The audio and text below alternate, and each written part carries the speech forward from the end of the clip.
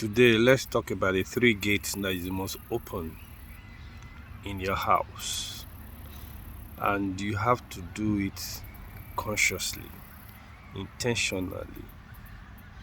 The first gate is spiritual consciousness. The second one is your financial gates, and the third, and not the least, is your legacy gate. Let me start with the first gate.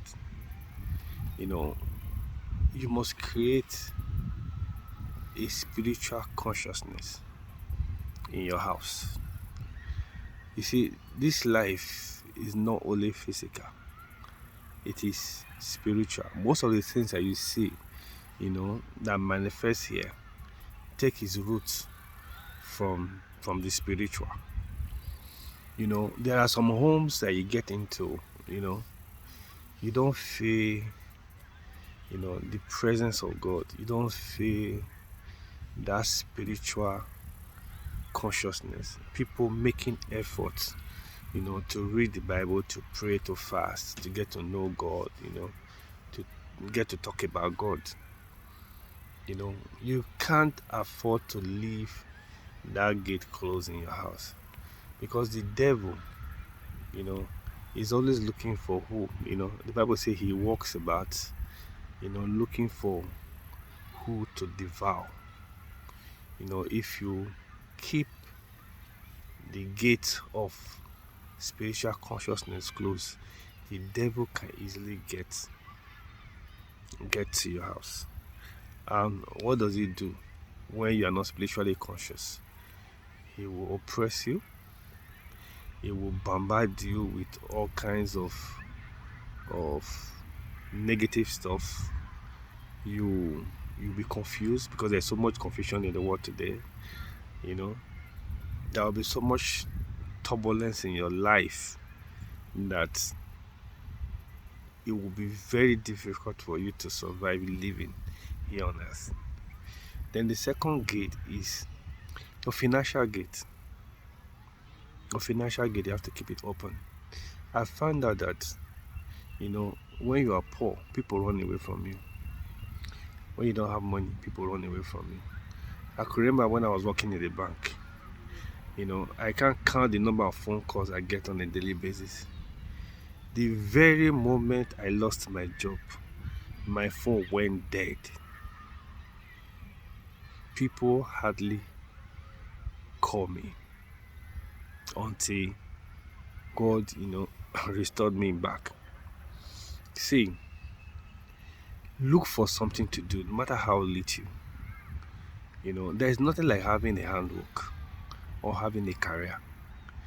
Look for something that God can bless, so that you always have consistent income in your house. You cannot afford to be poor in the times that we are living in now. I know a lot of people are complaining that times are hard.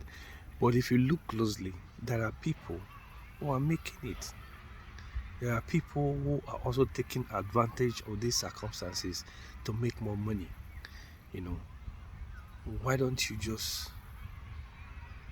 pray, that God open your eyes, to see how you can, keep your financial gate open. Now, one of the reasons why this financial gate is closed in some people's house or most home is because there are no spiritual consciousness, or they are not sincere, with the life they have with God. Then lastly is your legacy gate. You have to keep it open, because as we grow, you have to consciously make efforts to raise people that will take after you. You have to leave a legacy behind.